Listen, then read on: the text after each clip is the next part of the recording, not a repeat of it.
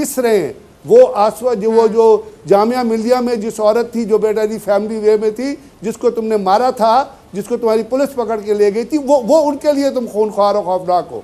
We could careless, हमें कोई परवाह नहीं है। मारो अपने लोगों को, करो खूनख्वारी, करो खौफनाकी। कश्मीर में खूनख्वारी कर रहे हो ना, कश्मीर में खौफनाकी कर रहे हो, दुनिया मार रही है। अब जो छोड़ो, औरों को तो क्या मारोगे, किसी को तो क्या मारोगे।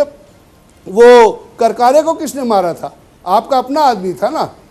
वो इन्वेस्टिगेशन कर रहा था समझौता एक्सप्रेस की और इस कंक्लूजन पे पहुंच गया था कि जी Indian army is involve in the दहशतगर्दी टेररिज्म, और जो एक्सप्लोसिव था वो चुराया गया था। ये इंडिया के लोगों को पता होना चाहिए, उनको सोचना चाहिए कि उनकी फौज उनको मार रही है।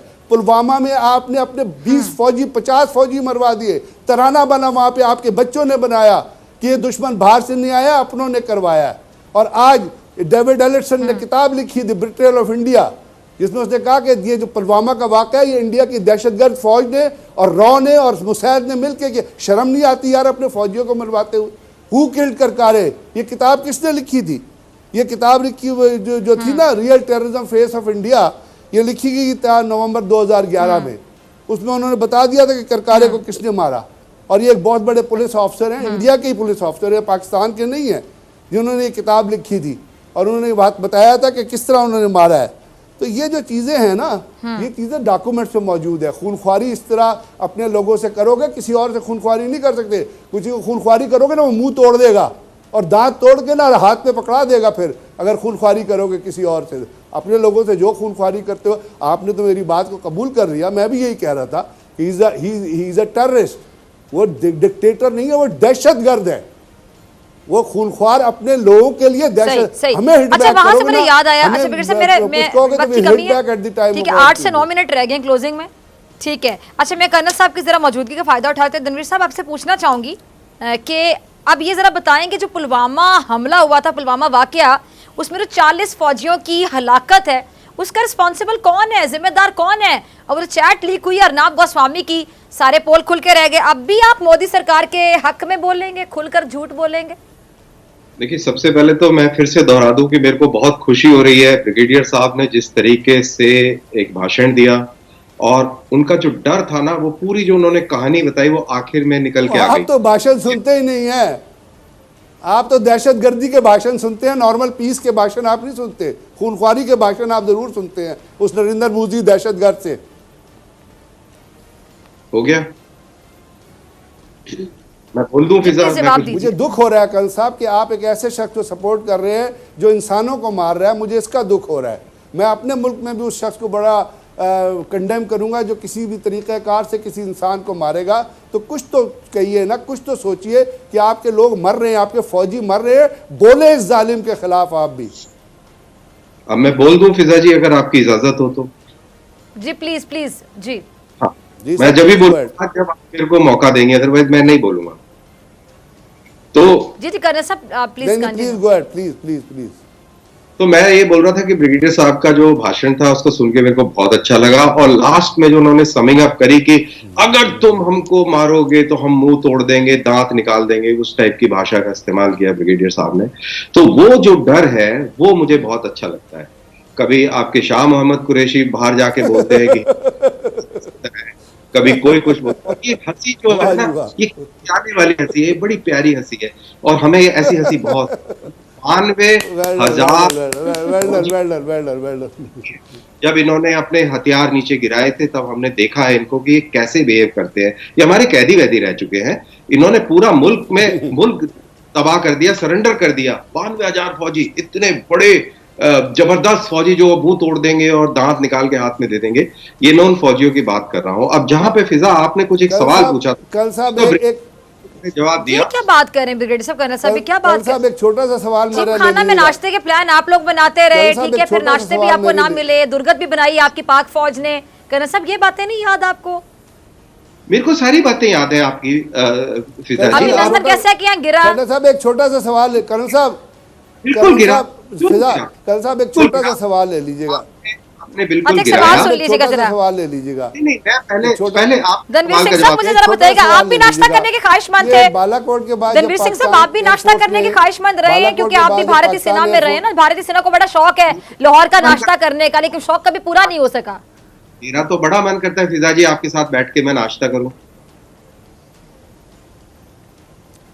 करण साहब मैं एक आपसे छोटा पूछ रही, सा सवाल बतौर ले फौजी, लीजिएगा बतौर मेरा। भारतीय फौज में आप उसका रहे हैं, जरूर आपका जवाब पाकिस्तान, आप दीजिएगा। लोग का भी लाहौर में नाश्ता करने का बड़ा दिल चाहता था, लेकिन वो नाश्ता मेरा कभी मिल ना सका भारत के किसी भी फौजी को। तो आप बुला लें, हम आगे नाश्ता कर लेंगे आपके यहाँ पे, अभी बुला लें, वीजा दिलवा दे, मैं आ जाऊंगा। वो तो मेहमान के तौर ब्रिगेडियर पे साहब आप जी, आएंगे। ब्रिगेडियर साहब, आप तो हमारी मेरे ख्याल से मेहमान आपका नवाजी जवाब है बंद कि है। हम आपको ब्रिगेडियर बुलाते हैं, साहब, हम वो अब आप लोग जवाब नहीं हैं। दीजिएगा। हम वो लोग नहीं हैं जो यूरोपियन यूनियन के लोगों को लेके जाते हैं और श्रीनगर से आगे कहते हैं अब जा नहीं सकते। हमने तो अभी वो आपके पायलट को भी चाय पिलाई थी, और उसके नाम से फिर लंदन में कैफे भी खुल गया था, चाय कैफे। तो हम तो मेहमान नवाज लोग हैं, हम कोई खूनख्वार लोग थोड़ी हैं, कोई ना खौफनाक लोग हैं। और काबिले तारीफ पिलाई थी, वेरी गुड। और हमने आप लोगों हम को तो चाय पिलाते हैं, उसके ऊपर कैफे खुल जाते हैं। लंदन में कैफे खुल गया, आपको पता है। हमने आपके पायलट को कितनी अच्छी चाय पिलाई, वो खुश होके गया यहाँ से। उसने कहा कि जी इंडियन आर्मी प्रोपेगेंडा करती है, Pakistan army is a professional army. आप कहाँ पे Fantastic जी। आपने शिकस्त खाई, कहाँ पे आपने हथियार डाले, उसके बारे में कुछ बताएंगे ब्रिगेडियर साहब? अच्छा, वैसे मैं चाय का शौक आप एक लोग एक पूरा हो सवाल गया, करता चाय हूँ वाला आपसे आपका छोटा सा। प्रधानमंत्री बन गया, फिजा आजम बन गया फिजा आपका। फिजा बिल्कुल बन गया। फिजा जी जी ब्रिगेडियर साहब, जी जी फिजा जी मैं कुछ जी कहना चाहती ब्रिगेडियर हूँ। साहब। मैं कल हमारा साहब तो- से सिर्फ ये पूछता हूँ, रिफत की तरफ मुझे कल साहब जी, जी। चले आप ये जी, बता जी। दें। हम तो उसको चलो, रिफत की तरफ जाएं। रोज दुआ देते हैं कि वो दिन दुगना रात चौगना बन जाए और पाकिस्तान का खौफ बढ़ता चले जाए। हम तो दुआएं देते हैं, हम तो बड़े खुश हैं। और हम आपके भी शुक्रिया। किस किस्म का खौफ, किस किस्म का खौफ? और कोई खौफ डिस्क्राइब भी करे ना कल साहब, किस किस्म का खौफ?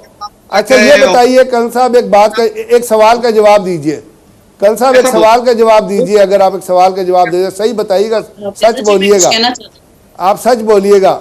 हेलो फिजा जी मैं कुछ कहना चाहती हूँ। जी ब्रिगेडियर साहब, आप पूछिएगा ब्रिगेडियर साहब। मैं रिफत की तरफ भी जाना चाह रही हूँ। जी ब्रिगेडियर साहब जरा पूछ लीजिए। मैं ये पूछ रहा हूँ करण साहब से ये पूछे कि चले खौफ की बात कर रहे हैं, तो जब पाकिस्तान एयरफोर्स के जहाज़ों ने बॉर्डर क्रॉस किया था, तो जो वहाँ पे कश्मीर में हेलीकॉप्टर जो गिराया था, वो किसने मारा था? वो किसको खौफ था कि अपना ही हेलीकॉप्टर मार दिया? इतना खौफ चढ़ गया था पाकिस्तान एयरफोर्स का, अपना हेलीकॉप्टर मार के 11 बंदे मार दिए, और उसके ऊपर कोई ताजियत भी नहीं की अपने लोगों से। हाँ, बताइए किसका खौफ था जनाब? झूठ नहीं बोलते हम, आपकी तरह झूठ बताएं ना किसका खौफ था जिसमें हेलीकॉप्टर गिराया अपना? बिल्कुल आप बताएं किसका खौफ था अपना मीडिया सबका हेलीकॉप्टर झूठ गिराया? बोलता है कर्नल साहब, आपका मीडिया कितना झूठ बोलता है। लेकिन 92,000 सैनिकों ने surrender किया था ना। हेलीकॉप्टर अपना गिरा दिया, 11 बंदे मार दिए, अपना हेलीकॉप्टर गिरा दिया, हमारे खौफ में 11 बंदे मार दिए। ये होता है खौफ प्रैक्टिकली, बातों से खौफ नहीं होता। ऐसा तो नहीं हुआ था ना ब्रिगेडियर साहब, ऐसा नहीं हुआ था ना? ये खौफ होता है। खौफ ये होता है कि अपना हेलीकॉप्टर मार दो। हाँ खौफ ये होता है करकारे को मार दो, खड़का दो करकारे को। पिछले से इंडियन आर्मी ने गोली मारी, अपना ऑफिसर मार दिया। Who killed Karkare? हेलमत करकारे। उसकी फैमिली ने आपके किसी भी डेलीगेशन को रिसीव करने से इनकार कर दिया। उस औरत ने, उसने कहा मैं न फौज के किसी डेलीगेशन को मिलूंगी, न किसी पॉलिटिकल डेलीगेशन को मिलूंगी, इंडियन आर्मी ने मेरे हस्बैंड को मारा है। You killed करकारे।